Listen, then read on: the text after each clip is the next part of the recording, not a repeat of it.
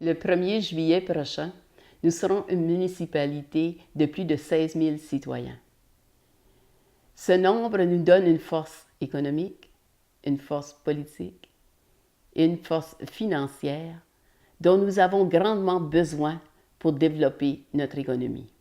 Je m'engage à appuyer la création d'emplois par la négociation en vue d'obtenir des bureaux de services régionaux et l'amélioration et l'ajout de services de santé à notre hôpital, par l'appui à nos petites et moyennes entreprises et par l'encouragement au démarrage de nouvelles entreprises qui vont créer des emplois durables.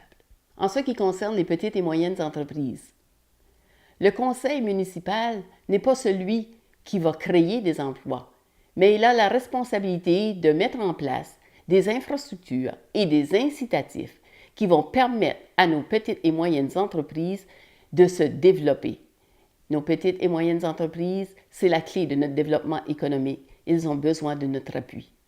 Tous les quartiers de notre nouvelle municipalité se sont dotés au cours des années de projets et d'infrastructures communautaires. Je pense au parc pour enfants, aux centres communautaires, aux pistes de ski, etc.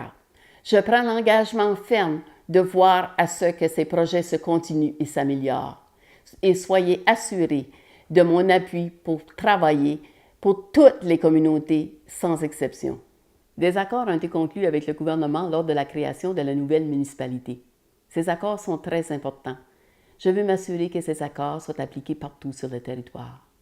Je parle de l'entente sur l'entretien des routes, le financement des services de police, le taux de taxation différent pour les quartiers urbains et ruraux, ainsi que l'appui aux projets et infrastructures communautaires. Demeurant dans un DSL, je reconnais l'importance de ces accords. Le 12 mai prochain, j'ai besoin de chacun et chacune de vous pour bâtir avec vous notre nouvelle municipalité. Unissons nos voix. Votez pour moi.